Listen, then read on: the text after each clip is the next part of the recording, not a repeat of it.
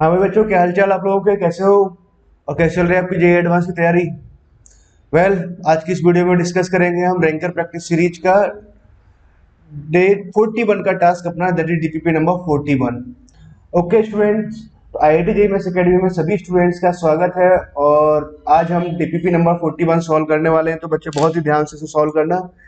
ठीक, अभी तक हम डीपीपी 40 तक सॉल्व कर चुके हैं, मतलब 400 क्वालिटी प्रॉब्लम्स को हम ट्राई कर चुके हैं। ठीक है स्टूडेंट, तो आपको तो कोई सारी प्रॉब्लम्स के बारे में ना माइंड में आपको थोड़ा थोड़ा रिवीजन भी करते जाया करो ना, कि हर एक प्रॉब्लम में कि इस डीपीपी में अच्छा ये वाली प्रॉब्लम ठीक थी, अच्छा ये वाली प्रॉब्लम में ये बात ध्यान रखना था। इस तरह से आपको सारी बातें ध्यान रखनी पड़ेंगी। ठीक है बच्चों, नाउ तो इस डीपीपी को फटाफट देखते हैं क्या दे रखा है इसमें। न्यूमेरिकल टाइप ऑफ प्रॉब्लम है, 4 न्यूमेरिकल टाइप ऑफ प्रॉब्लम्स आ गया। उसके बाद में हमारे पास में 4 ही हमारे पास मल्टीपल करेक्ट प्रॉब्लम्स आ गया, देन एक पैराग्राफ दे रखा है। ठीक है, और लास्ट में उसका आंसर की दे रखा है।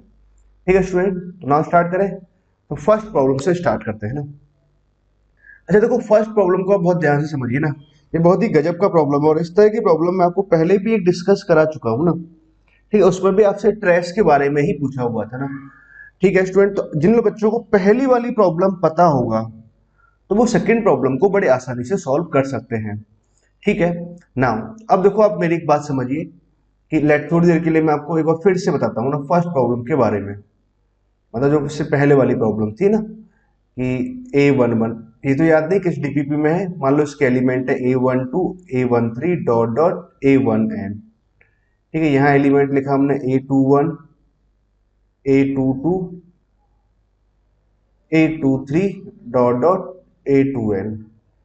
ठीक है, डॉट डॉट चलते जाएंगे AN1 AN2 AN3 dot dot ANn। ये हमारे पास मैट्रिक्स ए है। ठीक है, देखो अब सवाल को आपने पढ़ा है ध्यान से, तो मैट्रिक्स ए दे रखा है, एन क्रॉस एन का है, उसके एलिमेंट ये दे रखे हैं, द वैल्यू ऑफ दिस पूछा हुआ है। तो trace of a power n मुझे फाइंड आउट करना है, उसे पावर 1/n लगा के limit n tends to infinity लेना है। ठीक है, मतलब मेनली अल्टीमेटली आपको trace of a power n निकालना है। तो इसका मतलब क्या हुआ, पहले आपको ए स्क्वायर निकालना पड़ेगा, ए क्यूब निकालना पड़ेगा, डॉट डॉट आप ए पावर एन निकालेंगे। मान लो ए पावर एन आ गया, तो फिर आप इसका ट्रेस निकालोगे। ए पावर एन का ट्रेस क्या होता है, सम ऑफ डायगोनल एलिमेंट, ये निकालेंगे आप लोगों ना। अब देखो ए पावर एन जब आप निकालोगे ना, ए स्क्वायर निकालना और ए क्यूब निकालना है, अगर आप डायरेक्टली सारे एलिमेंट्स को पुट कर दोगे तब तो बड़ी दिक्कत जाएगी आप लोगों को ना। अब देखो, आप एक पॉइंट और समझो। आपने ये ए स्क्वायर लिखा, ए स्क्वायर, ए स्क्वायर में यहां लिखता हूं, बहुत ध्यान से मेरी बात को समझना।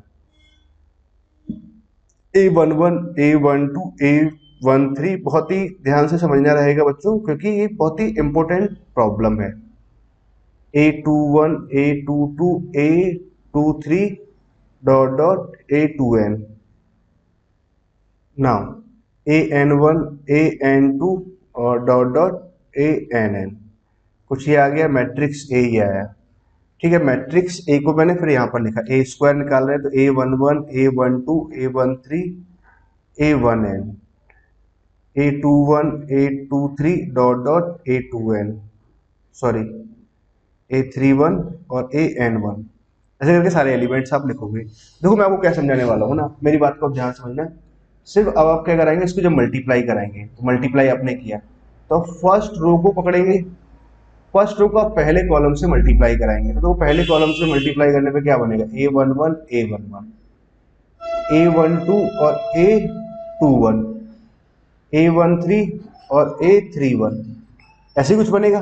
करस्पॉन्डिंग एलिमेंट्स को लास्ट में क्या लिखेंगे, A1n और AN1, ये बन जाएगा। ठीक है, नाउ तो ये हमारे पास पहला वाला एलिमेंट आया। अच्छा अब देखो, इस बात को आप समझना, इस वाले एलिमेंट को मैं क्या लिख सकता हूँ, समेशन ऑफ A1, आर यहाँ पे लिखा और यहाँ पे लिखा AR1, ऐसे लिख सकते हैं। ठीक है, तो फर्स्ट एलिमेंट को हमने ऐसे लिखा। अब देखो मैं क्या बोलने वाला हूँ, मेरी बात को बहुत ध्यान से समझना बच्चों ना, ये इंपॉर्टेंट पॉइंट है।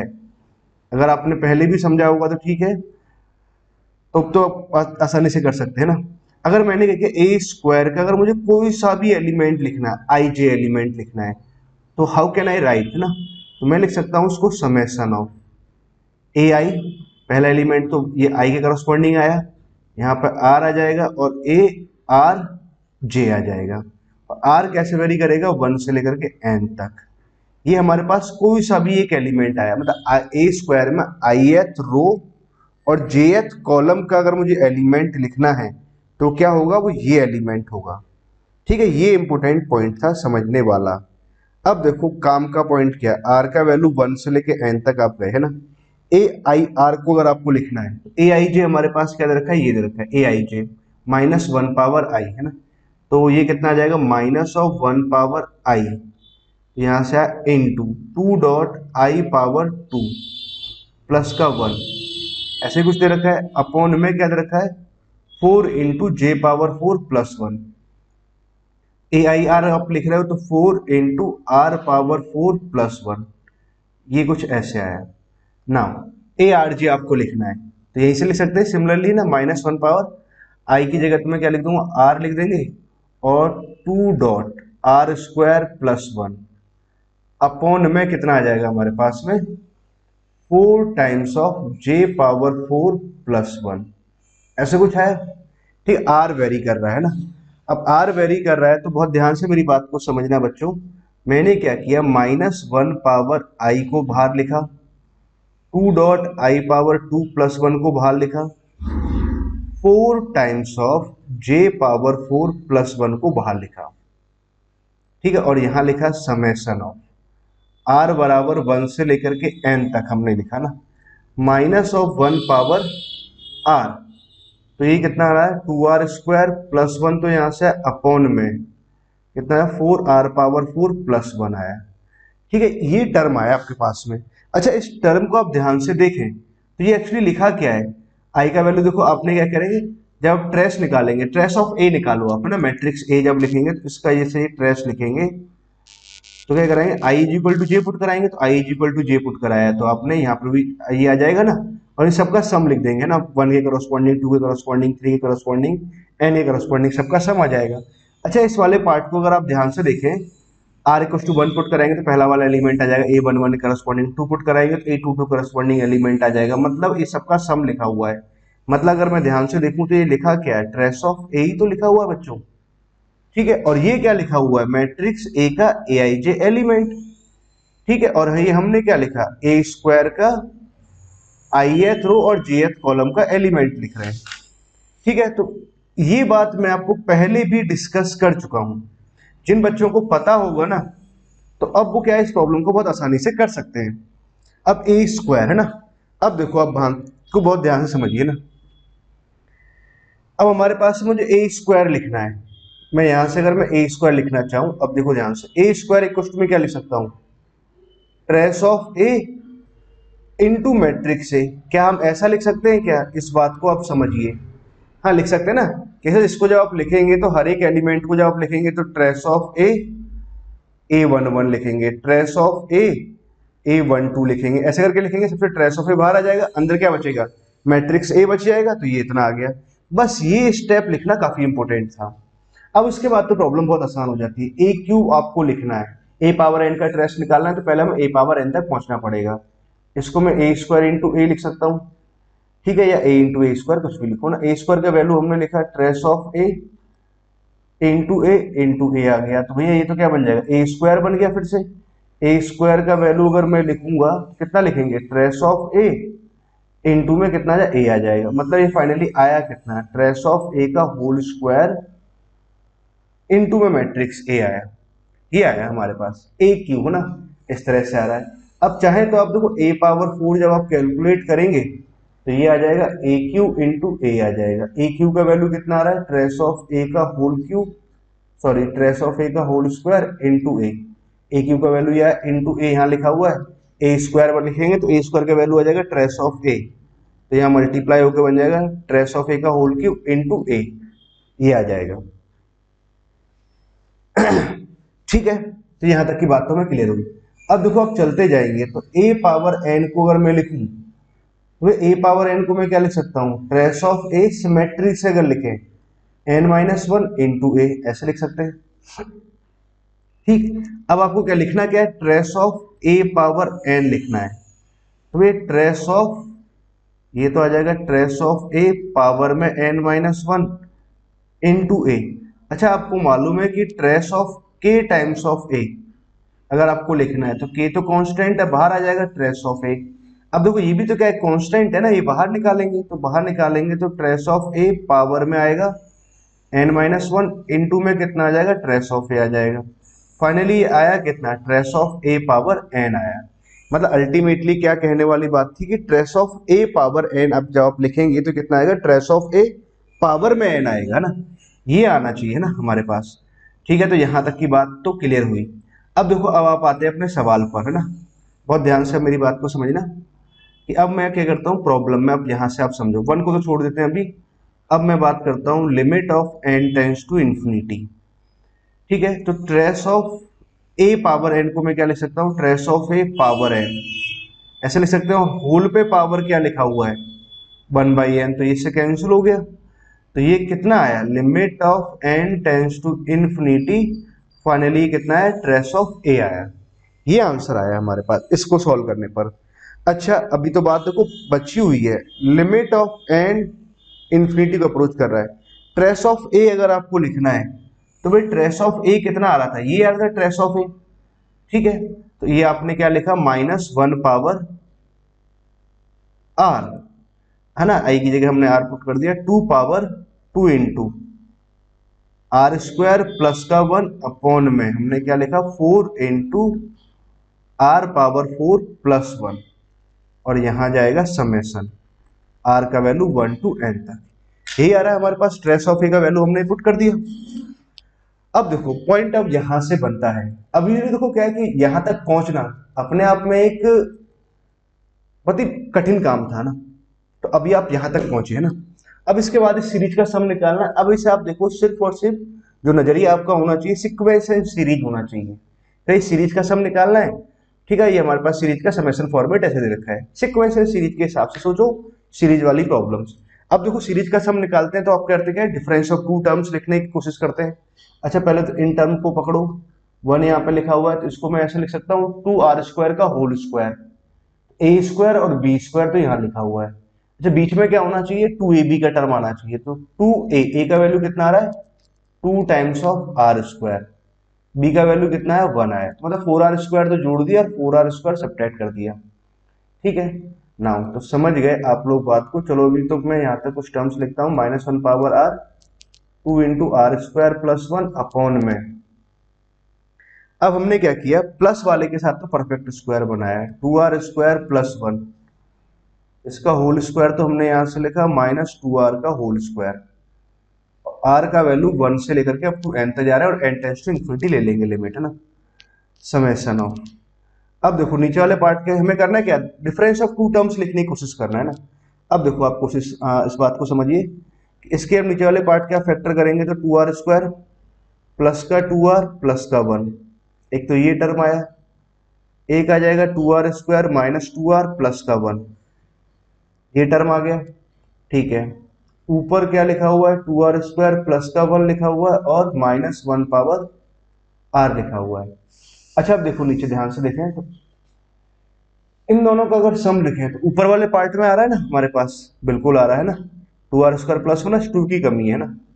तो मैंने क्या किया, ऊपर कुछ ऐसे लिखा, 2r² प्लस का 2r प्लस का 1, ये लिखा। ठीक है, प्लस साइन लिखा, 2r² minus of 2r plus का 1 यहाँ लिखा। ये कैंसिल हुआ, बैलेंस करने के लिए 1/2 से डिवाइड भी लगाया। अब 2r² प्लस का 2r प्लस का 1 ना हमने ऐसे लिखा, और ये 2r² minus of 2r plus का 1 ये लिखा।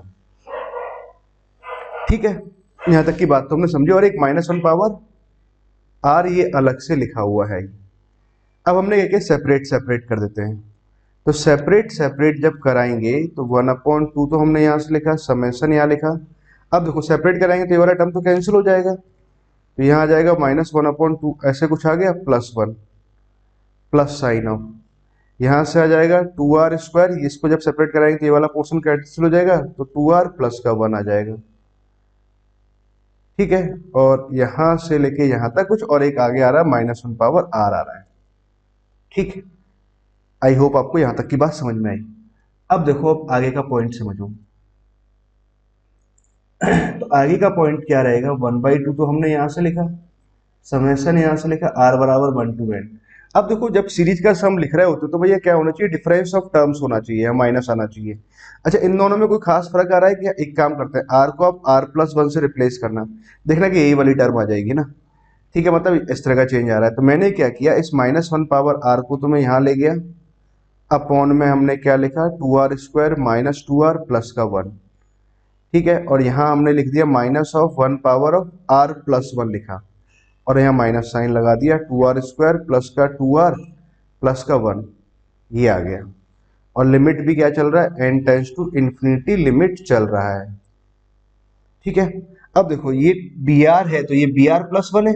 अब आपको करना क्या, r का वैल्यू 1 2 3 डालना स्टार्ट कराएंगे और सॉल्व करेंगे। तो बस r+1 का डिफरेंस आ रहा है ना। तो अब देखो आप एक बात, ये बात पहले ही बताई जा चुकी है, r = 1 to n है ना। एक टर्म r = 1 से बचेगा, एक r = n से बचेगा। कौन सा बचेगा, आर वाई छोटा कौन सा है, ये आर वाई छोटा है, तो इसमें आप r = 1 डालो। देखो एक तो कॉमन तरीका क्या है, r का वैल्यू 1 डालना, 2 डालना, 3 डालना, 4 डालना, और फिर क्या कट करना है ना। या फिर डायरेक्ट लिखने का तरीका मैं बता रहा हूँ, आर वाई है ना। अब देखो इनफाइनाइट टर्म्स का सम निकालना है, तो पहला काम तो आप क्या कराओगे, एन टर्म्स का सम निकालेंगे। आर वाई जो छोटा है उसमें तो r बराबर 1 डालो, छोटा कौन सा है, तो r बराबर 1 यहाँ पर डाला, तो -1 यहाँ से आया, तो यहाँ पर r बराबर 1 डालेंगे तो कैंसिल हो जाएगा, 1 यहाँ से आ गया, माइनस साइन। आर वाई जो बड़ा है उसमें n डालो, तो -1 पावर कितना आ जाएगा, n+1 आ जाएगा। अपॉन में यहाँ से कितना आ जाएगा, 2n² यहाँ से आया, प्लस का 2n यहाँ से आया, प्लस का 1 यहाँ से आ जाएगा। ठीक है, ये बात आई। अब क्या, limit n tends to infinity ले लेते हैं, n टेंड्स टू इन्फिनिटी पे पूरा पोर्शन कहाँ चला जाएगा, 0 को चला जाएगा। तो -1 यहाँ से हो जाए, तो फाइनली कितना आ जाएगा, -½ इसका आंसर आएगा इस सीरीज का। अच्छा एक और बात समझो, -½ इसका आंसर आया, +1 यहाँ पे जोड़ रखा है, तो कितना हो जाएगा, ये माइनस का +½ आ जाएगा, तो +½ फाइनल आंसर हुआ है ना। ये बात आपको समझ में आनी चाहिए, +½ मतलब 0.5 है ना। तो पहले का आंसर कितना रखा है, 0.5, बिल्कुल सही है। ठीक बच्चों, आई होप आपको फर्स्ट प्रॉब्लम क्लियर हुआ या नहीं हुआ, ये बताइए आपको। ऐसी एक सेम प्रॉब्लम ने पहले भी डिस्कस किया हुआ है, डीपीपीच को आप एक बार देख लेना, कौन से डीपीपीच में आया हुआ है ना। क्लियर बच्चों, नाउ तो यहाँ तक की बात हमें क्लियर हो गई ना। अगला हम नेक्स्ट प्रॉब्लम की तरफ चलते हैं। आई होप आपको फर्स्ट प्रॉब्लम सॉल्व करके मजा आ गया होगा ना, बहुत ही बढ़िया प्रॉब्लम था। नंबर सेकंड स्टार्ट करते हैं। क्वेश्चन नंबर सेकंड में क्या दे रखा है, ध्यान से पढ़ो ना, ये भी बहुत ही बढ़िया प्रॉब्लम, बहुत ही बढ़िया प्रॉब्लम ना। ध्यान समझो, if for all h belongs to real number, और h क्या है, 0 नहीं है। ठीक है, उसने बोला h 0 नहीं है, मतलब h 0 यहाँ पर नहीं है ना। ठीक है, then 2 distinct tangent can be drawn from the point, इस पॉइंट से 2 डिस्टिंक्ट टेंजेंट ड्रॉ किए to this cubic, then find the value of a upon b। अच्छा देखो, इस वाले सवाल को सॉल्व करने से पहले आप पहले समझिए कंसेप्ट, ये कंसेप्ट क्या है। अब देखो पहले आप एक पॉइंट ये समझो कि जैसे मान लो कि ये हमारे पास एक क्यूबिक है, अगर किसी भी पॉइंट से अगर बाहर से अगर बात की जाए तो क्यूबिक पे हम कितनी टेंजेंट ड्रॉ कर सकते हैं भाई, एक टेंजेंट ये आ जाएगा। ठीक है, एक टेंजेंट हमारे पास पॉइंट ऑफ इन्फ्लेक्शन से पास करेगा, ये बात आपको पता होना चाहिए। और मान लेते हैं कि एक टेंजेंट ये आ गया, तो 3 टेंजेंट आ सकता है, टेंजेंट 1, टेंजेंट 2, टेंजेंट 3। सवाल क्या बोलने वाला है कि 2 distinct tangent can be drawn from the point. अब देखो आप एक बात समझिए कि ये वाला जो पॉइंट है ये कहाँ पे लाई कर रहा है, पॉइंट ऑफ इन्फ्लेक्शन पे। जो टेंजेंट है यहाँ, ये पॉइंट ऑफ इन्फ्लेक्शन है, यहाँ पे टेंजेंट है। अब देखो इसको मैं आगे ऐसे कहीं भी एक्सटेंड कर दूं, तो यहाँ से अगेन हमारे पास 2 डिस्टिंक्ट टेंजेंट आ सकते हैं, एक टेंजेंट कुछ ऐसा आ जाएगा, एक टेंजेंट कुछ ऐसे आ जाएगा, और एक टेंजेंट ये खुद हो जाएगा, मतलब 2 डिस्टिंक्ट टेंजेंट ड्रॉ हो सकते हैं। इट मीन कि भैया ये पॉइंट कहाँ लाई कर रहा है, point lies tangent at point of inflection.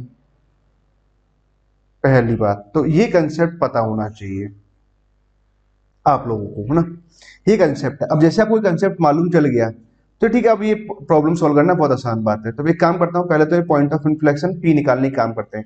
Point of inflection पे क्या होता है, डबल डेरिवेटिव 0 होता है।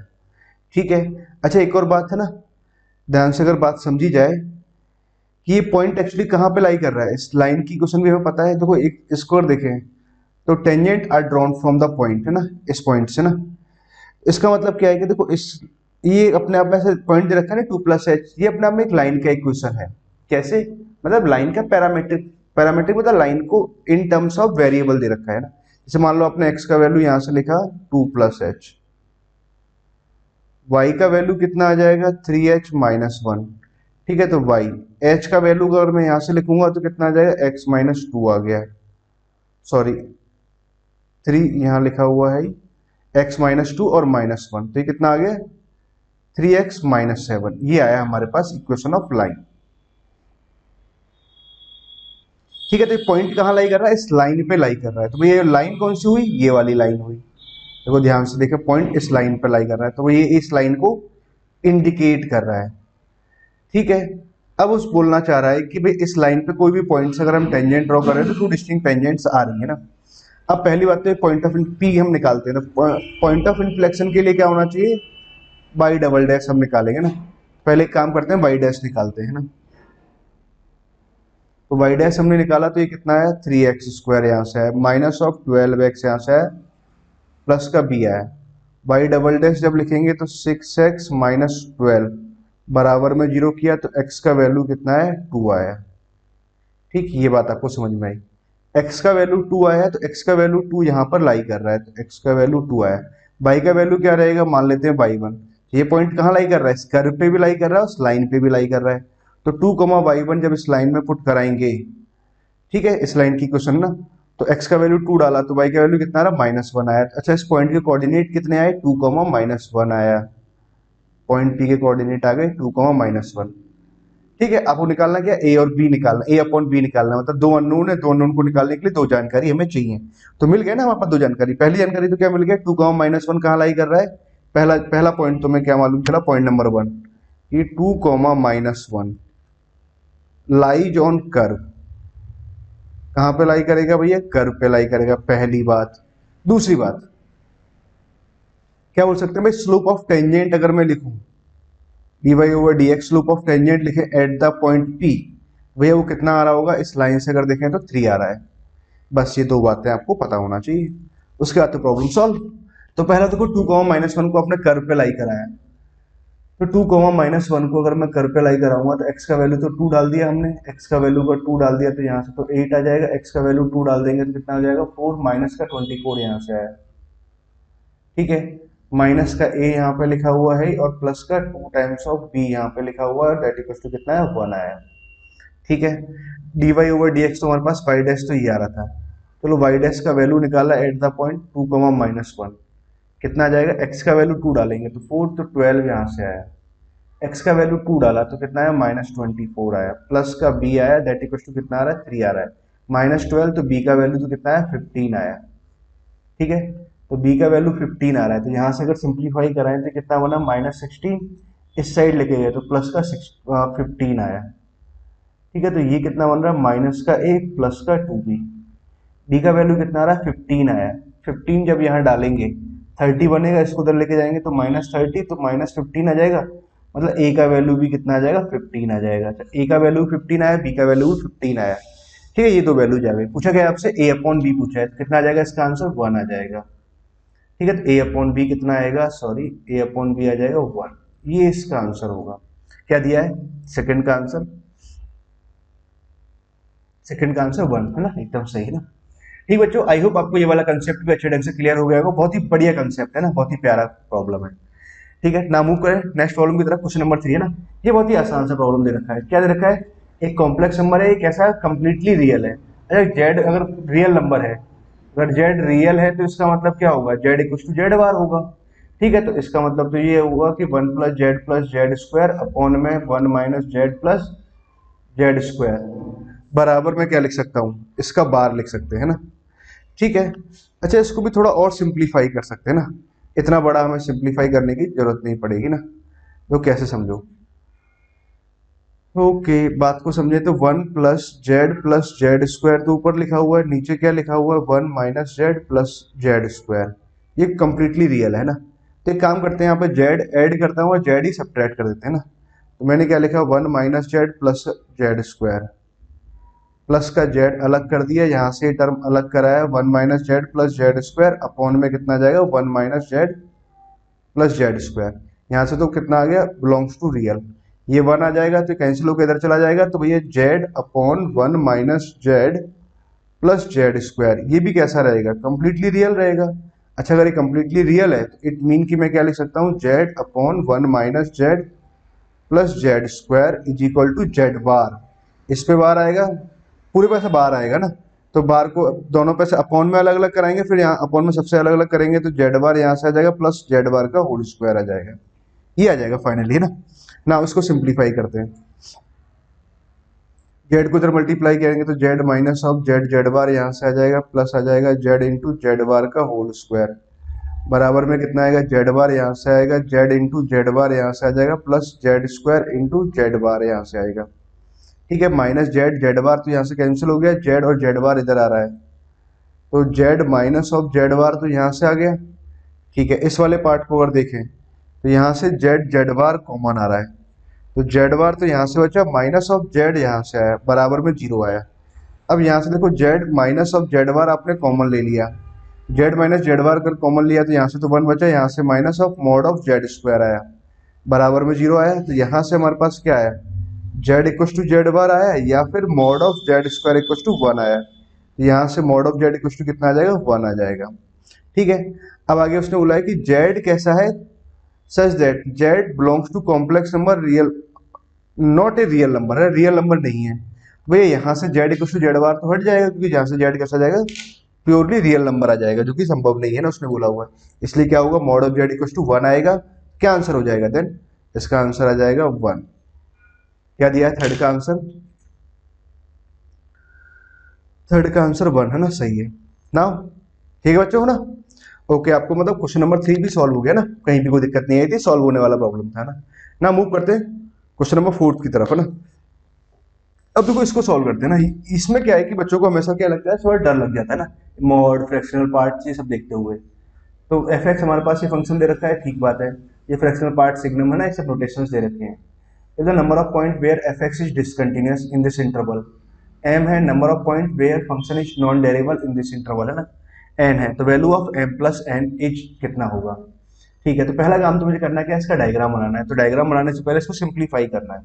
ठीक है, तो क्या लिखा हुआ एफ एक्स के बारे में अगर हम बात करें, अच्छा देखो एक्स कैसे वेरी कर रहा है, -1 से +1 तक, तो एक्स स्क्वायर कैसे वेरी करेगा, एक्स स्क्वायर वेरी करेगा ना, -0 से लेकर के कहां तक जाएगा, अप टू 1 तक जाएगा ना, और सॉरी +1 तक ही चला जाएगा, क्योंकि एक्स स्क्वायर का अगर मैं डायग्राम बनाऊं तो कुछ ऐसे जाएगा।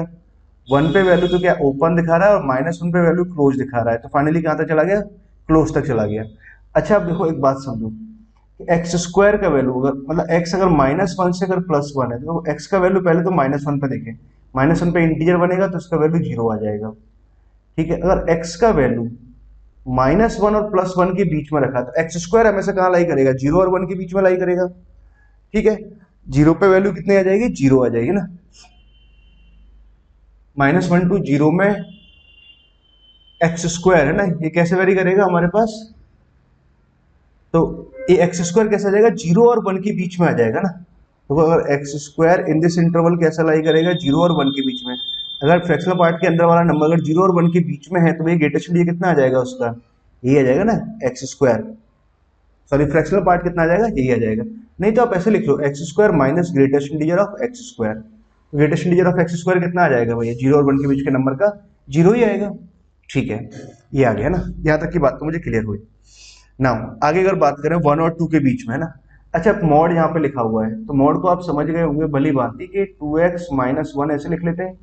x बराबर जब 1 के बाहर जाएंगे, हाफ के बाहर जाएंगे तो भैया इधर तो पॉजिटिव आएगा इधर नेगेटिव आएगा, तो हाफ के बाद ये पॉजिटिव आ रहा है तो 1 और 2 के बीच में तो कैसा आना है, पॉजिटिव ही आना है ना। फाइनली कितना लिखा हुआ है, तो 2x - 1 लिखा हुआ है और कितना लिखा हुआ है, x 1 और 2 के बीच में लिखा हुआ है। ठीक है, ओके ये बात भी आपको क्लियर हुई है ना। अच्छा अब इसकी बात समझें, सिग्नम हमेशा कहाँ अपना रोल निभाता है, जहां पर ये 0 हो रहा है ना, ये 0 कहाँ हो रहा है, तो इसके अगर फैक्टर करें तो भैया x प्लस का माइनस का 4 -4 एंड +1 आएगा ना, तो x और यहाँ से x +1 आया, मतलब -1 पे और 4 पे तो ये 0 हो रहा है ना सिग्नम वाला पार्ट।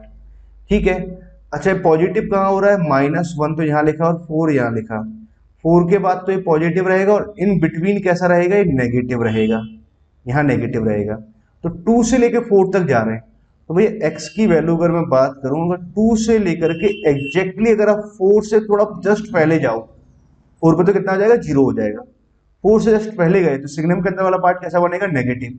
सिग्नम के अंदर नेगेटिव बना तो सिग्नम का वैल्यू कितना आ जाएगा, माइनस में आ जाएगा ना, तो -1 आ गया इसका वैल्यू।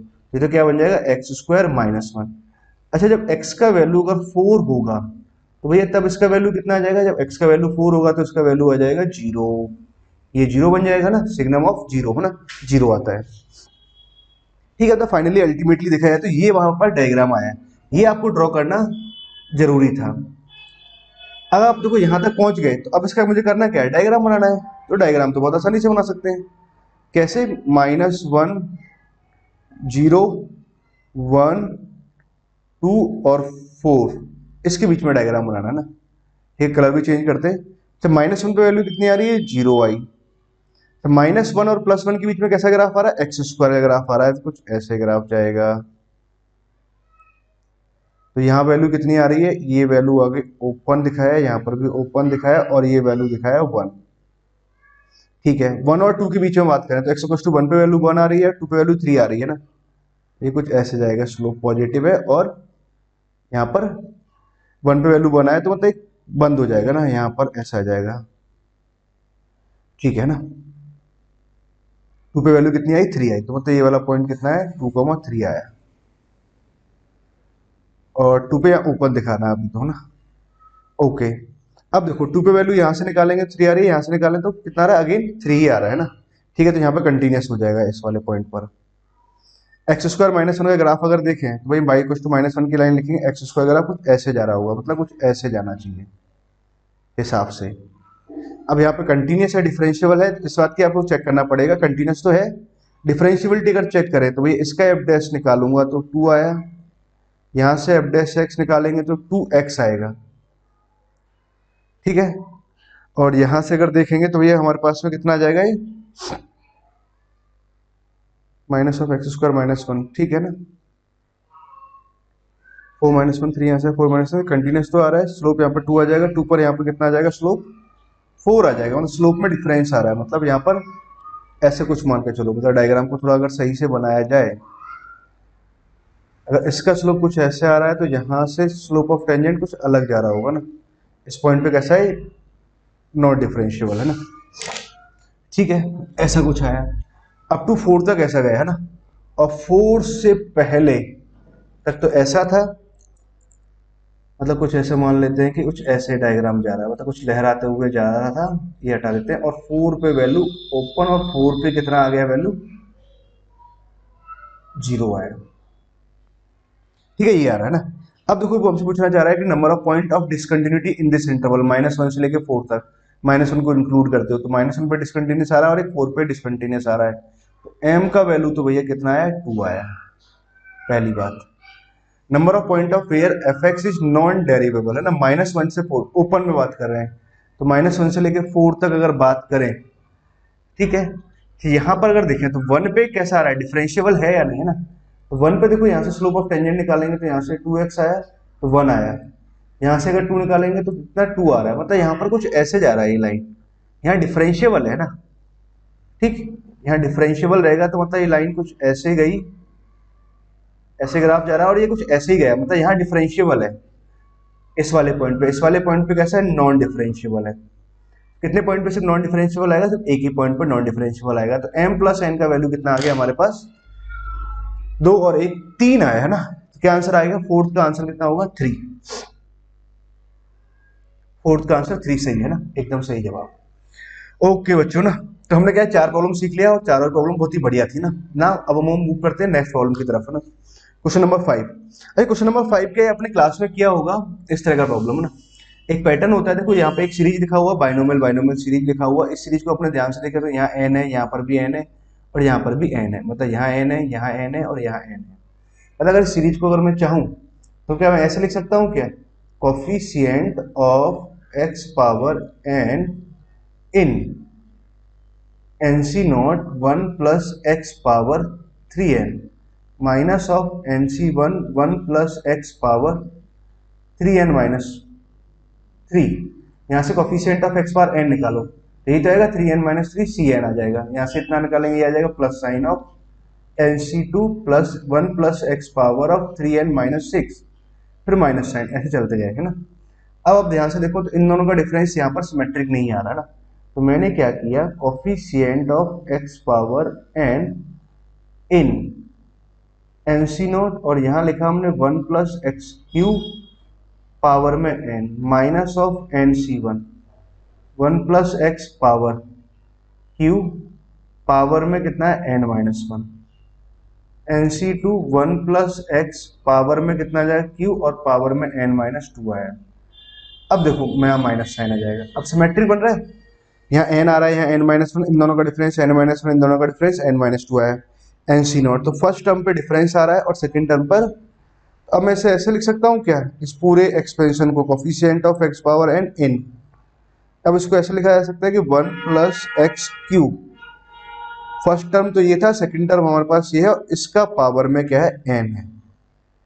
इसको बाइनोमियल एक्सपेंशन लगाओ तो ये पूरा टर्म आ जाएगा हमारे पास, ठीक। तो ये लिखा हुआ था, मतलब मुझे क्या करना है, यहाँ से coefficient of x power n लिखना है।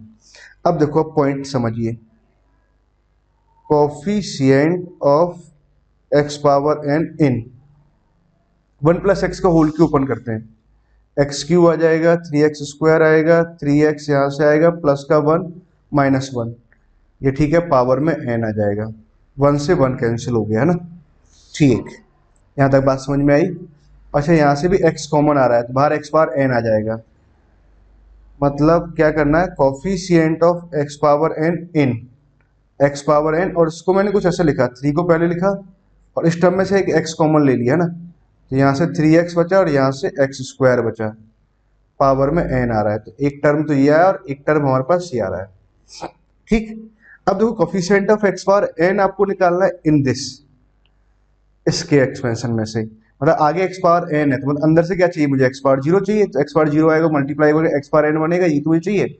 मतलब अगर मैं बात कहूँ कि coefficient of x power 0 in 3 plus 3x plus x² power में n, coefficient of x power 0 में चाहिए। तो अब देखो बात समझो, यहाँ से अगर इसको बाइनोमियल एक्सपेंशन लगाएंगे, nc0 फर्स्ट टर्म पे तो इन दोनों का डिफरेंस आएगा, नीचे वाला टर्म है जो पावर में आ जाएगा, nc1 3 पावर ऑफ n-1, तो यहाँ से लिखेंगे 3x प्लस x² पावर में 1 आएगा, डॉट डॉट चलते गए, तो हर एक टर्म में क्या x का टर्म यहाँ से इन्वॉल्व होना शुरू हो जाएगा, 1 पावर 2 है ना, जैसे करके x का टर्म हर जगह आएगा।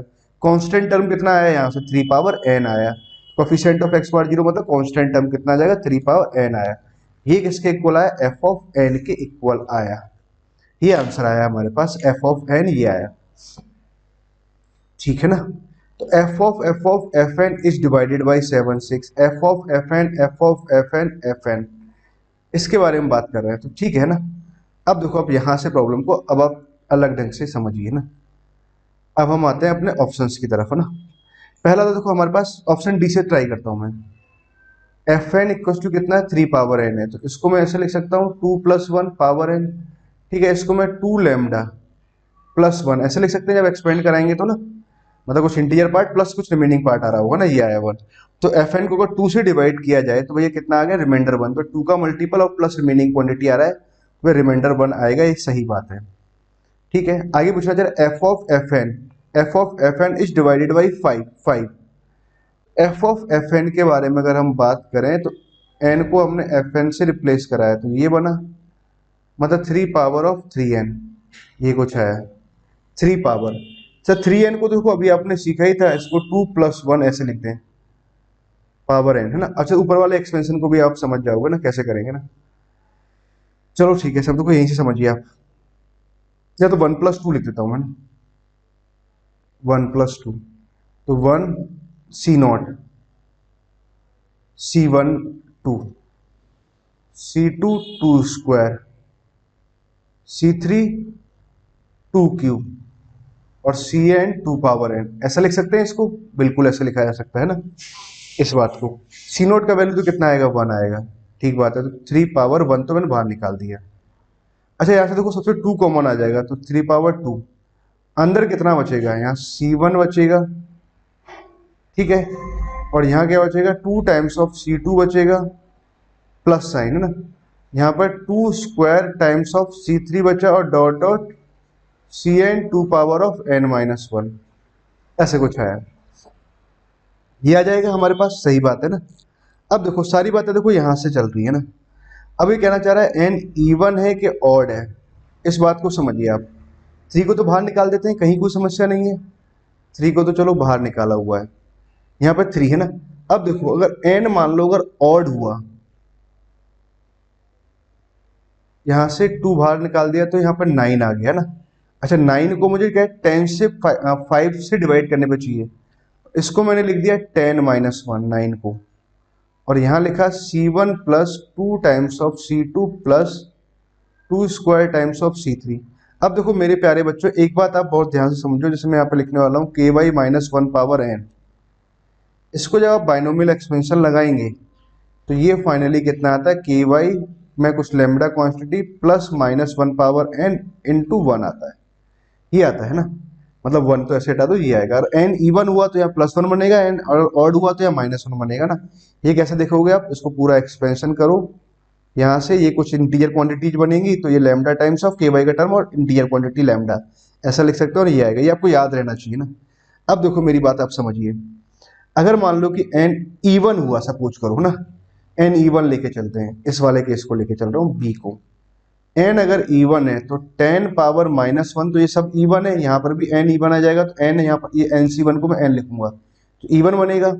तो यहाँ इवन नंबर आया, इवन नंबर आया तो 3 पावर में, यहाँ से मैं लिखूंगा 10 लैम्डा -1 पावर इवन, तो प्लस का 1 आया, तो ये कितना बन जाएगा 3 इंटू 10 इंटू लैम्डा प्लस का 3 आया। 5 का मल्टीपल आ रहा है प्लस रिमेनिंग क्वांटिटी आ रहा है, तो भैया रिमाइंडर ये 3 सही है, मतलब बी सही है एकदम ठीक। अब बात समझे, अगर मान लो ये ऑड होता, सी ऑप्शन की अगर मैं बात करूं, अगर ये ऑड होता तो 3 यहाँ लिखते, 10-1 यहाँ लिखा हो, पावर में ऑड है, तो यहाँ तो कितना बनता 3, ये बनता 10 लैम्डा और ये -1 आता, तो 3 यहाँ से आया, 10 लैम्डा यहाँ से आया है ना। एक सेकेंड यहाँ लिख लेते ताकि आपको क्लियरली दिखाई दे, -3 यहाँ आता, तो -2 और +2 करते फिर हम यहाँ पर, तो देखो यहाँ से ओवरऑल से 5 कॉमन आ रहा है प्लस रिमेनिंग क्वांटिटी, तो रिमाइंडर कितना आता है 2 आता है, मतलब सी भी सही है, मतलब बी सी डी तो सही है ना। अब बात आती है कि F of F1 option A के बारे में ना, तो ऑप्शन ए के बारे में अगर बात करें तो हम एफ ऑफ Fn के बारे में बात कर रहे हैं। Is divided by 7, remainder is 6 ना। अब देखो पहली बात तो एफ ऑफ Fn, तो भैया एफ ऑफ 3 पावर n आया। अब Fn आपको पता है तो ये आ जाएगा 3 पावर 3n, और ये आ जाएगा 3 पावर 3n, ये है। मतलब कहने का मतलब क्या रहा कि ये जो पूरा टर्म आया ये आ रहा है 3 पावर 3 पावर n, ये आया, ठीक है, इतना आ रहा है। अब देखो पॉइंट समझो, इसको हमने 7 से डिवाइड करना है, तो इसको 7 से डिवाइड करने पे रिमाइंडर क्या आएगा इसके बारे में बात करनी है, इस टर्म पे ही फोकस करते हैं। तो देखो 7 का मल्टीपल यहाँ पर होना चाहिए। अब 7 का मल्टीपल है 3 है, तो 3 स्क्वायर तो 9 बनेगा, 3 क्यूब कितना बनेगा 27। 27 को मैं क्या लिख सकता हूँ 28-1 लिख सकते हैं। तो मैंने क्या किया, अब आप मेरी बात समझें ध्यान से कि इस वाले पॉइंट को बहुत ही ध्यान से समझें कि देखो 3 पावर n ऐसे कुछ लिखा हुआ है, ठीक है ना। तो 3 पे पावर है ये 3 पावर n, ये है। अब इसको मैं 27 कर देता हूँ ना, यहाँ पर पावर 27 लगा देते हैं, और मैंने क्या किया यहाँ लिखा 27, और पावर में यहाँ कितना लिखेंगे 1/3, तो यहाँ हमने 1/3 लिखा, और ऐसे लिखता हूँ उसको ना 27 पावर में कितना आ जाएगा 1/3 आ जाएगा, मतलब 3 पावर -1 आया, ये समझो 27 पे पावर 3 पावर -1, और यहाँ क्या लिखा हुआ पावर 3 पावर 3n लिखा हुआ है, ठीक है। तो अब देखो पावर्स मल्टीप्लाई होंगी, तो 27 तो यहाँ लिखा, बेस सेम है तो पावर्स ऐड हो जाएंगी, तो 3 पावर n -1, ये बेस सेम है तो यहाँ पावर ऐड होगी, इसमें ऐड होगा 3 पावर n -1, तो क्या आपको ये बात समझ में आई कि यहाँ तक की बात? अगर आप ये बात समझ गए तो फिर प्रॉब्लम आप आसानी से सॉल्व कर लेंगे। अब देखो पॉइंट को समझें। इसको मैं क्या लिख सकता हूँ, 28 माइनस 1, 7 का फैक्टर आ गया इसके अंदर है ना, 3 पावर में 3 पावर n-1। अब देखो 3 पावर कुछ भी ऐसा लगाओगे तो हमेशा एक ऑड नंबर बनेगा। अगर ऑड नंबर बनेगा तो भैया 28 लैम्डा -1 कुछ ऐसा आ जाएगा। 7 से डिवाइड करने पर निकालने तो -1 + 6 कर देते हैं। 7 का मल्टीपल यहाँ आ गया प्लस रिमेनिंग क्वांटिटी आया, तो ये रिमाइंडर हुआ। क्या आंसर होगा? That is answer. ये आंसर आएगा बच्चों ना। तो क्या आंसर हो गया हमारे पास? इसका आंसर आ जाएगा 6 रिमाइंडर है ना। 5वें का ऑप्शन एक ऐसा बिल्कुल सही जवाब। क्लियर बच्चों? आई होप आपको यहां तक की बात क्लियर हो गई ना। ठीक है, ओके। अब देखो आगे का पॉइंट समझते हैं ना, 5वें के बाद में क्वेश्चन नंबर 6। नेक्स्ट प्रॉब्लम पे चलते हैं ना। ओके, क्वेश्चन नंबर 6 को बहुत ध्यान से पढ़ें। क्या दे रखा है? इंटीग्रल वैल्यू ऑफ ए निकालना है for which this equation has all real root. ठीक है, ए किसको बिलोंग कर रहा है? रियल नंबर को। मुझे इंटीग्रल वैल्यू ऑफ ए लिखना है, ठीक, जिसके लिए इस इक्वेशन के कैसा है? बाई क्वाड्रेटिक है, तो 4 रूट आएंगे। चारों रूट कैसे होने चाहिए? रियल होने चाहिए। इसके लिए ए का इंटीग्रल वैल्यूज क्या क्या हो सकता है? ठीक, तो कैसे सॉल्व करेंगे? देखो बहुत ही बढ़िया प्रॉब्लम है ना, ये हमें सॉल्व करना रहेगा। तो क्या दे रखा है, कैसे सॉल्व कराएंगे? बहुत ही ध्यान से। पहले तो देखो एक काम ये करना चाहिए। एक अच्छी बात तो ये कर रखी है इसमें, ए सेपरेट हो रहा है ना, माइनस ए सेपरेट करते हैं। एक काम करते हैं, इसका डायग्राम बनाते हैं और प्रॉब्लम को सॉल्व कर लेते हैं। लेट, तो इसको मैंने मान लिया F x, x power 4 minus of 4x³ minus of 8x²। ठीक है, तो इसका जब डायग्राम बनाएंगे तो एक काम करते हैं, x² तो कॉमन आ रहा है, x² यहाँ से बचा, माइनस ऑफ 4x यहाँ से बचा, माइनस ऑफ 8 यहाँ से बचा। इसके फैक्टर्स आ रहे हैं क्या हमारे पास में? हाँ, मतलब फैक्टर्स आएंगे, 2 रियल रूट भी आ रहे होंगे ना। ठीक है ना, सही बात है। ओके, यहीं से डायग्राम बन जाएगा। अच्छा, मुझे ये भी पता करना है कि इसका मैक्सिमम मिनिमम कहाँ कहाँ आ रहा होगा। मतलब एक तो बात समझ में आएगी, 0 पे ऐसे कुछ आएगा, बाई क्वाड्रेटिक का ग्राफ है तो कुछ ऐसा W टाइप का बनेगा ना, या U टाइप का ना, ऐसा कुछ बनेगा ना। पर यहाँ पर 0 हो रहा है और एक पॉइंट यहाँ पर हमने क्या किया, +4 -4 करेंगे तो ठीक है, एक पॉइंट यहाँ कहीं 0 आ रहा होगा, यहाँ कुछ ऐसे 0, ऐसा डायग्राम बन रहा होगा ना। ठीक है ना। अब एक और काम, इसका मैक्सिमम मिनिमम अगर पॉइंट के बारे में पता करते हैं तो f' हमने निकाला, 4x³ तो यहाँ से आया, 12x² यहाँ से आया, माइनस ऑफ 16x आया। तो ठीक है, 4x यहाँ से हमने कॉमन ले लिया तो x² यहाँ से बचा, 3x यहाँ से बचा, माइनस का 4 यहाँ से बचा। ठीक है, 4x, x प्लस का 4 माइनस का 4, -4 और +1, ये वैल्यू जा रही है ना। ठीक है ना, मतलब क्या हुआ, 0 पर एक तो f' 0 आ रहा है, एक 4 पर 0 आ रहा है और एक -1 पर 0 आ रहा है। ठीक है, साइन डायग्राम अगर बनाएंगे तो भैया यहाँ plus sign, minus sign, plus sign, minus sign. अब देखें तो डिक्रीज किया, फिर यहाँ से इंक्रीज करेगा, फिर यहाँ तक इंक्रीज कर रहा है, फिर डिक्रीज कर रहा है, फिर इंक्रीज कर रहा है। इस दोनों पे कैसा आ रहा है? मिनिमा आ रहा है ना, यही सही बात है ना। अब एक काम करते हैं, ये वाला पॉइंट तो -1 रहा और ये वाला पॉइंट क्या रहा? 4 रहा। अब एक और काम करते हैं, -1 पे वैल्यू निकालते हैं इसका, f ऑफ -1 लिखते हैं। तो f ऑफ -1 अगर मैं लिखूंगा यहाँ से, तो -1 तो यहाँ से आया, प्लस का 4, सॉरी -1 की वैल्यू लिख रहे हैं तो प्लस का 1 यहाँ से आ जाएगा, -1 जब यहाँ पुट कराएंगे तो प्लस का 4 हो जाएगा, माइनस का 8 आ जाएगा। तो वैल्यू कितना आया हमारे पास? -3 आया। यहाँ तो वैल्यू आया -3। ठीक है, अच्छा 4 पे वैल्यू और निकालते हैं, 4 पर वैल्यू, 4 पे अगर 4 पावर 4 कराएंगे, यहाँ 4 पुट करें, 4 पावर 4 तो कैंसिल हो जाएगा ना। 4 पे वैल्यू जब निकालेंगे तो यहाँ कितना आ जाएगा? 16 बना, 16 को 8 से मल्टीप्लाई किया तो -128 बना। मतलब इसका जो डायग्राम लिखेंगे, डायग्राम कुछ इस तरह का आएगा। फिर तो ये कुछ ऐसे नीचे गया और ये यहाँ से कुछ आया और ये कुछ ऐसे चला गया, ये वैल्यू आए -3। अब उसने बोला है कि भैया ये आ गया, तो number of integral value of ए निकालना है for which this equation has all real roots. मतलब ऑल रियल सारे रूट्स, मतलब 4 रियल रूट्स आए ना। अब देखो, अगर y = a की लाइन अगर ऐसे ड्रॉ कराएंगे तो 2 रियल रूट आएंगे, ऐसे ड्रॉ कराएंगे, 2 रियल रूट आएंगे। चारों रूट अगर रियल होने चाहिए, इसका मतलब क्या होना चाहिए कि जो माइनस ए है वो 0 से छोटा और -3 से बड़ा होना चाहिए। ठीक है, और 0 भी हो सकता है क्योंकि 0 पे भी क्या आएगा, रिपीटेड रूट आ जाएंगे ना, और -3 पे भी कितना आ जाएगा, रिपीटेड रूट आ जाएंगे। यहाँ पे भी इक्वल टू का साइन आ जाएगा। मतलब ए कैसा होना चाहिए, ए आना चाहिए हमारे पास में 3 is greater than equal to a is greater than 0, मतलब ए 0 और 3 के बीच में होना चाहिए। अल्टीमेटली ये बोलना चाह रहा है। क्या वैल्यू आएगा, ए का वैल्यू 0 आ सकता है, बी का वैल्यू 1 आ सकता है ना, ए का वैल्यू 3 भी आ सकता है ना, ए का वैल्यू 5 हो सकता है कि नहीं हो सकता है ना। तो इंटीग्रल वैल्यूज क्या क्या आ सकते हैं, यही आ सकते हैं। तो क्या क्या आंसर आ जाएगा हमारे पास, ए बी और सी, 3 ऑप्शन होंगे। 6 का क्या आंसर है, ए बी सी होना चाहिए। 6 का आंसर क्या है, ए बी सी है ना, 6 का आंसर सही है ना, 5वें का ए बी सी डी सही था ना। ठीक बच्चों, क्लियर है ना, यहाँ तक की बात तो मैं समझ में आ गई है ना। ना आगे मूव करें हम नेक्स्ट प्रॉब्लम 7 प्रॉब्लम पे चलते हैं ना। नेक्स्ट प्रॉब्लम सॉल्व करते हैं, क्वेश्चन नंबर 7 ना। क्वेश्चन नंबर 7 में क्या दे रखा है, बहुत ध्यान समझो ना। ऐसे दे रखा है, if F Q x minus 3x² F x plus x Q बराबर 0। एक ऐसे कंडीशन गिवन है ना, आपसे पूछा एफ एक्स अपॉन एक्स का इंटीग्रेशन क्या होगा। आंसर देखो एफ एक्स के फॉर्मेट में दे रखा है, कुछ एफ एक्स और इस तरह से दे रखा है। ठीक है, अच्छा इस प्रॉब्लम को सॉल्व कैसे करेंगे, पहले तो आपके माइंड में एक बात ये आती है ना।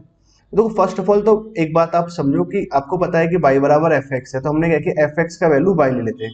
वो क्यों लिया, ताकि लिखना करना आसान हो जाए ना, और आपको थोड़ा क्लियरिटी आए। देखो जैसे आपने y का वैल्यू एफ एक्स का वैल्यू y लिखा, तो y क्यूब यहाँ लिखा हमने, 3x² y यहाँ पर आ रहा है, प्लस यहाँ से कितना एक्स क्यूब आया, दैट इक्वल टू 0। अच्छा एक बात आप समझो, ये क्या लिखा हुआ, x में एक होमोजीनियस इक्वेशन लिखा हुआ है। पहली बात तो आपको ये बात ध्यान रखना चाहिए कि होमोजीनियस इक्वेशन का डिफरेंशिएशन dy अपॉन dx कितना आ जाएगा, y अपॉन x आएगा, पहली बात। ठीक है, अब आप पॉइंट समझो ना, कैसे आएगा ना, इस बात को आप समझिए। तो देखो कैसे करेंगे, dy अपॉन dx मुझे निकालना है, तो यहां से मैंने इसको डिफरेंशिएट किया विद रिस्पेक्ट टू x, तो ये तो आ जाएगा 3y²। ठीक है, y का आ जाएगा dy upon dx minus of 3x², y का हम लिखेंगे dy अपॉन dx, यहाँ u इंटू वी लगाते हैं ना, माइनस ऑफ 3y को हमने बाहर लिखा, और यहाँ से कितना आ जाएगा 2x, प्लस साइन यहाँ कितना आ जाएगा 3x² दैट इक्वल टू कितना है 0 आया। ठीक, ये आ गया।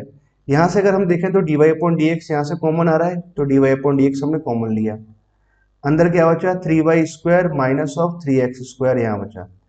ठीक है, इधर कितना आ जाएगा हमारे पास में 6xy, इस साइड ले गए माइनस ऑफ 3x² आया ना। ठीक है, और यहाँ से अगर मैं बात करूं कि dy अपॉन dx का वैल्यू कितना आ गया 6xy minus of 3x² upon में 3 हमने यहाँ से लिखा, और x² माइनस ऑफ y²। ठीक है, ये वाली टर्म आ गई। ठीक, तो यहाँ तक की बात तो मैं क्लियर हूँ। ऊपर से अगर देखो 3 भी कॉमन आ रहा है तो कैंसिल कर देते हैं, तो ये बन जाएगा 2xy माइनस ऑफ x², 2 हमने ऊपर से 3 कॉमन ले लिया, सॉरी ना, और यहाँ से 3 कैंसिल हुआ तो ये x² माइनस y² आया। अच्छा मैंने आपको बताया था कि dy अपॉन dx से कितना आना, y अपॉन x आना है। कैसे आएगा, अब देखो ये तो हमारे पास ये आंसर आया, मतलब ये पूरा पार्ट क्या होना चाहिए, सिंप्लीफाई होना चाहिए। अब सिंप्लीफाई कैसे करा हुआ, एक तरीका तो क्या हो सकता है कि आप लोग क्या करते हैं ना, इसको आप ऐसे समझिए, इस वाले पॉइंट को यहाँ से समझे आप, y अपॉन x का टर्म मैंने यहाँ लिखा और x अपॉन y मैंने यहाँ लिखा, इसे मल्टीप्लाई करा है ना, और यहाँ लिखा 2xy minus of x², upon में कितना आ रहा है x² माइनस ऑफ y², ये आ रहा है ना। इस y अपॉन x को तो मैंने एज इट इज रहने दिया, इसको अंदर मल्टीप्लाई कराया, तो ये कितना बना 2x² into Y minus of यहाँ कितना x³ आ जाएगा, अपॉन में कितना है, y को जब अंदर लेके जाएंगे तो यहाँ से आ जाएगा x² Y minus of y³ आ गया, इतना आया। ठीक बात है, यहाँ तक आया ना। अब मुझे करना क्या चाहिए, इस वाली इक्वेशंस को आओ ना, यहाँ से देखो मुझे क्या चाहिए, y³ माइनस x² y चाहिए ना, तो यहाँ से मैंने क्या किया, y³ का टर्म लिखा है, माइनस ऑफ x² y मैंने यहाँ लिखा, माइनस ऑफ 2x² y, इस टर्म को मैंने यहाँ रहने दिया, प्लस का x³ बराबर 0 लिखा। ठीक है, यहाँ तक की बात तो मुझे क्लियर हुई ना, सब कुछ सही कर रहे हैं ना, हाँ ठीक है ना। उसके बाद अब आप पॉइंट समझो, यहाँ से अगर मैं एक काम करता हूँ, y³ को उस साइड ले जाते हैं ना, तो देखो ये क्या बन रहा है हमारे पास में, x³ तो यहां बन रहा है, कुछ एक सेकेंड रुकना, 3y² माइनस एक्स स्क्वायर आ रहा है, sorry y² minus x square आएगा, y² minus of x square. ठीक है, तो साफ साफ लिख लेते हैं यहाँ पर y² माइनस एक्स स्क्वायर, यहाँ मल्टीप्लाई करके y³ minus of x square y आना।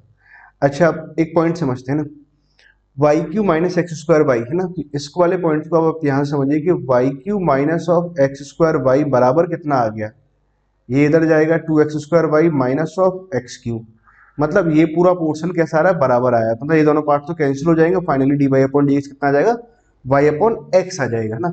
ये बात आपको बताना जरूरी था ना, ये इंपॉर्टेंट पॉइंट था। क्या आपको ये बात क्लियर हुई? ठीक है, आपको यहाँ तक की बात तो क्लियर हो गई ना। अब देखो dy/dx का वैल्यू कितना आ गया, y/x आया। यहीं से क्या है सवाल, अब इसके आगे पीछे घूमता है। अब देखो पॉइंट समझिए, इसको हटा देते हैं, इसकी जरूरत नहीं है ना। तो हमारे पास एक बात काम की ये आई कि dy/dx बराबर कितना है, y/x आया। यहाँ से हमें देखें तो क्या करना है, मुझे y/x का इंटीग्रेशन निकालना है। इसको मैंने बोथ साइड इंटीग्रेट कर दिया विथ रेस्पेक्ट टू x। ठीक है, तो यहाँ से dx कैंसिल हो गया, ऐसा बोल सकते हो। यहाँ फाइनली कितना आ गया, y आ गया, तो ये आ गया y/x dx, और चाहे तो इंटीग्रेशन कांस्टेंट c जोड़ दिया हमने ना, ये आया y/x का वैल्यू, ये आया। तो fx प्लस c आ रहा है, मतलब कौन सा ऑप्शन होगा, option A is correct option. Clear, आपको बात समझ में आई ना? ठीक है, बहुत ही बढ़िया प्रॉब्लम था, बहुत ही शानदार है ना। एक तो हमारे पास ये आंसर आ गया ना, मल्टीपल करेक्ट है, तो एक और आंसर और पॉसिबल हो सकता था। अच्छा, y का वैल्यू को अगर यहाँ से आप लिखे तो y बराबर में क्या लिख सकता हूँ, x into F dash x. क्या ऐसा लिख सकते हैं? बिल्कुल ऐसा लिख सकते हैं। तो हमने ये किया, y की वैल्यू हमने डाल दी x एफ डैश एक्स और प्लस का c, तो x F dash x plus c ये भी आ रहा है। ठीक है, तो ये दोनों ऑप्शंस आ गए हमारे पास, ऑप्शन ए और ऑप्शन डी है ना, दोनों ही मैच कर गए। Clear student? कौन कौन सा ऑप्शन आ जाएगा, ए और डी इसका ऑप्शन आएगा। सेवंथ का आंसर चेक करते हैं कितना है, ए और डी। सेवंथ का आंसर ए और डी है ना, बिल्कुल सही है ना। ठीक बच्चों, आई होप आपको ये वाली प्रॉब्लम अच्छी ढंग से क्लियर हो गई है ना, बहुत ही बढ़िया और शानदार प्रॉब्लम था ना, मजेदार प्रॉब्लम था। ओके, नाउ आगे मूव करते हैं नेक्स्ट प्रॉब्लम। क्वेश्चन नंबर 8 है ना, ये भी बहुत ही बढ़िया प्रॉब्लम है, बहुत ही अच्छा प्रॉब्लम है ना। क्वेश्चन नंबर 8 में क्या दे रखा है, एक मैट्रिक्स दे रखा है, डिटरमिनेंट ऑफ दिस इतना ये गिवन है। देन पूछा है, then the possible correct answer is for real part. ठीक है, रियल पार्ट के बारे में बात कर रहे हैं ना। ठीक है, trace of A, determinant of A and trace of A है ना, ऐसे कुछ पूछा हुआ है। अब देखो ट्रेस ऑफ ए तो फिर कितना आ जाएगा, यहां से अगर हम बात की जाए कि ट्रेस ऑफ ए की अगर बात की जाए, सॉरी हाँ, ट्रेस ऑफ ए अगर मैं यहां से लिखूं तो कितना आ रहा है, 2 अल्फा आ रहा है। अच्छा, डिटरमिनेंट ऑफ ए अगर लिखें तो ये कितना आ रहा है, अल्फा स्क्वायर आ रहा है। मेनली क्या है, मुझे अल्फा का वैल्यू फाइंड आउट करना है। एक कंडीशन हमारे पास ये दे रखा है अल्फा की वैल्यू निकालने के लिए। ओके, क्या गिवन है, determinant of 2 times of A square minus of 2a बराबर कितना आ रहा है, 144। ठीक है, अच्छा 2 को बाहर निकालते हैं, 2 क्रॉस 2 का है, तो 2 को जब बाहर निकालेंगे तो 2 स्क्वायर करके बाहर निकलेगा। ठीक है, ए को भी आपने बाहर निकाला तो ए यहां से आ जाएगा, ए माइनस डिटरमिनेंट ऑफ आई, कुछ ऐसे बचेगा, ए माइनस ऑफ आई ना, यहाँ पे आ गया 144 आ रहा है। ठीक है, डिटरमिनेंट ऑफ ए की अगर बात की जाए तो 2 स्क्वायर से तो डिवाइड कर दो, डिटरमिनेंट ऑफ ए कितना आ रहा है, अल्फा स्क्वायर आया। ठीक है, ओके।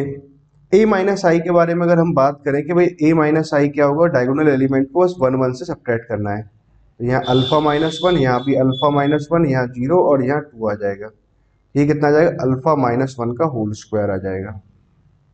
ठीक है, 4 से इसको डिवाइड लगाते हैं, तो 4 से अब डिवाइड लगाएंगे तो कितना जाएगा, 4 से 3 टाइम्स तो यहाँ से चला जाएगा, कितना बचा 12, तो 2 बचा ना, 4 से 6 टाइम 36 आ गया ना, ये आ गया हमारे पास फाइनली। मतलब अगर मैं बात करूं अल्फा इंटू अल्फा माइनस 1 की अगर वैल्यू निकालें तो प्लस माइनस 6 आ गया। मतलब अगर बात की जाए तो alpha square minus alpha plus 6 लेंगे तो माइनस 6 बराबर 0 आ गया एक तो, या फिर हमारे पास क्या आ गया, alpha square minus alpha plus 6 is equal to 0 आया। ये दो वैल्यूज आ गई। यहाँ से हम अल्फा का वैल्यू कैलकुलेट करते हैं तो कितना आएगा, सब्ट्रैक्ट करने पर या -1 आना चाहिए, तो -3 और 2 कर देते हैं ना, अल्फा -3 और अल्फा +2 ये आ जाएगा। मतलब अल्फा का वैल्यू कितना आ जाएगा, 3 आ जाएगा या फिर -2 आ जाएगा, ये आ रहा है। ठीक है, यहाँ से अगर अल्फा का वैल्यू निकालें, फैक्टर तो आएंगे नहीं, तो डायरेक्ट मतलब सीधा चार लगाते हैं, plus minus of b square minus 4ac। अच्छा, ये तो इमेजनरी आ रहा है, बी स्क्वायर माइनस 4, ए का वैल्यू 1 है और सी का वैल्यू कितना है 6 है।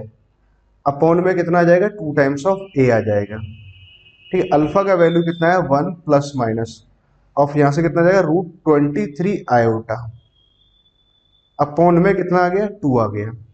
ठीक है, ये अल्फा का वैल्यू आया। ओके। अब देखो आपसे पूछा जाए कि अल्फा की ये वैल्यू जा रही है ना, पूछे क्या जाए आपसे, ट्रेस ऑफ ए लिखना है। अगर अल्फा का वैल्यू अगर 3 होगा तो ट्रेस ऑफ ए कितना आ जाएगा 6 आ जाएगा, मतलब सही बात है। ठीक है ना। डिटर्मिनेंट ऑफ ए लिखा जाएगा, अल्फा का वैल्यू अगर 3 है तो डिटर्मिनेंट ऑफ ए कितना आ जाएगा अल्फा स्क्वायर आ जाएगा 9, ये भी सही है। डिटर्मिनेंट ऑफ ए -2 दे रखा है ना, ठीक है, और ये यूज किया जाए तो कितना आ जाएगा, ये भी आ जाएगा। ठीक है ना, सही बात है। अब पूछा जा रहा है ट्रेस ऑफ ए 1 आना चाहिए ना, ट्रेस ऑफ ए कितना आ रहा है हमारे पास में। अच्छा, ये अगर वैल्यूज आई हाफ ऐसे कुछ लिखा तो ट्रेस ऑफ अल्फा लिखेंगे तो 2 अल्फा लिखा तो 2 यहाँ मल्टीप्लाई किया तो 1 प्लस √3 आयोटा, तो इसीलिए यहाँ पर दे रखा है 2। जब यहाँ से कराएंगे तो फॉर रियल पार्ट, अगर मुझे इसका रियल पार्ट लिखना है तो कितना आ जाएगा, वो 1 आएगा, मतलब ट्रेस ऑफ ए कितना आ जाएगा, 1 आ जाएगा फॉर रियल पार्ट। ठीक है, ये इसका सेंस यहाँ निकल के आता है। ठीक बच्चों, तो सारे ऑप्शंस कैसे आ रहे हैं, करेक्ट आ रहे हैं, तो क्या आया ABCD आएगा ना। 8th का आंसर क्या है, तो बहुत ही बढ़िया और छोटा सा प्रॉब्लम था ना। 8th का आंसर कितना दे रखा है ABCD, 8th का आंसर चेक करते हैं, ABCD ना, बिल्कुल सही जवाब ना, क्लियर है ना, कहीं भी कोई दिक्कत नहीं है। ओके बच्चों ना, यहाँ तक की बात हमें क्लियर हो गई है ना, 8th हमें क्लियर हुआ। आगे चलते हैं क्वेश्चन नंबर 9th और 10th की तरफ है ना। अच्छा, इसको समझिए, क्वेश्चन नंबर 10th ना बहुत ही आसान है, 9th और 10th ना, पैराग्राफ रखा है, बहुत ही आसान सा पैराग्राफ है, शायद हो सकता है आपने किया भी हो ना। मान लो एक फंक्शन एफ एक्स है जो R2R में डिफाइंड है और satisfying this condition, F x और एफ ऑफ 2x का वैल्यू सेम सेम आ रहा है, तो इतना ही पढ़ने के बाद में आपके माइंड में से क्लिक करना चाहिए एफ एक्स कैसा होना चाहिए, कांस्टेंट फंक्शन होना चाहिए। ये कैसे प्रूव करेंगे आगे समझते हैं। एफ ऑफ 1 का वैल्यू 3 दे रखा है, यहाँ से ना देखो कंडीशन क्या दे रखा है हमारे पास, गिवन क्या है, इसको मैं ऐसे लिखता हूँ, एफ ऑफ 2x का वैल्यू x है, सॉरी एफ एक्स है, x को मैंने xy2 से रिप्लेस किया, यहाँ तो x बनेगा, यहाँ एफ ऑफ xy2 बना। ठीक है, x को अगेन मैंने फिर xy2 से रिप्लेस किया, यहाँ तो क्या बनेगा x/2 स्क्वायर आया, फिर x को xy2 से रिप्लेस किया तो यहाँ 2 स्क्वायर बना, और यहाँ क्या बनेगा एफ ऑफ x/2 पावर 3, चलते गए और F of x/2 power n यहाँ बनेगा, और यहाँ पर एक ज्यादा बनेगा 2 पावर n+1। ठीक है ना। अब आपने देखो वर्टिकली ऐड किया ना, वर्टिकली जब ऐड कराएंगे तो ये टर्म इससे कैंसिल हो जाएगा, ये टर्म इससे कैंसिल हो जाएगा, ये टर्म भी यहाँ वाले टर्म से कैंसिल हो जाएगा। ठीक है, ओके। और चाहे तो देखो इससे इसको भी कैंसिल कर देते हैं। फाइनली एफ ऑफ 2x बराबर कितना आया, F of x/2 power n+1, और n कहाँ अप्रोच कर रहा है, मान लो अब चलते जाएंगे तो इन्फिनिटी की तरफ अप्रोच करा रहे हैं, finally n tends to infinity पे कहाँ चला जाएगा, 0 चला जाएगा, एफ ऑफ 0 आ गया, और एफ ऑफ 0 कितना है, मतलब एफ ऑफ x या एफ ऑफ 2x की बात करें, एफ एक्स की बात करें, तो एक कांस्टेंट फंक्शन आया, मेनली तो ये डिसाइड करना था ना। एफ एक्स अगर कांस्टेंट है और 1 पे वैल्यू 3 है तो मतलब एफ एक्स का वैल्यू कितना आ जाएगा, एफ एक्स कांस्टेंट है और 1 पे वैल्यू 3 है तो कितना आ जाएगा, एफ एक्स इक्वल टू 3 आया। अल्टीमेटली ये बात ध्यान रखना था ना, ये इंपॉर्टेंट पॉइंट था। अच्छा, अब आगे क्या करना है, सवाल में पूछा हुआ है, अच्छा ये तो बहुत ही आसान से हो गया ना, ten inverse of ten F x. ठीक है, तो ये तो यही सॉल्व कर लेते हैं अपना, ten inverse of ten 3, sine inverse of sine 3, cos inverse of cos 3। ठीक है, x का वैल्यू 10 है ना, इसका x को 10 पे सबका वैल्यू कितनी है, 333 आनी है ना। ठीक है, कांस्टेंट फंक्शन है ना। ठीक है, सबकी वैल्यू लिखते हैं ना, पहले हम इस वाले पार्ट की वैल्यू लिखते हैं, तो 3 कहाँ होना चाहिए, इसकी रेंज में होना चाहिए।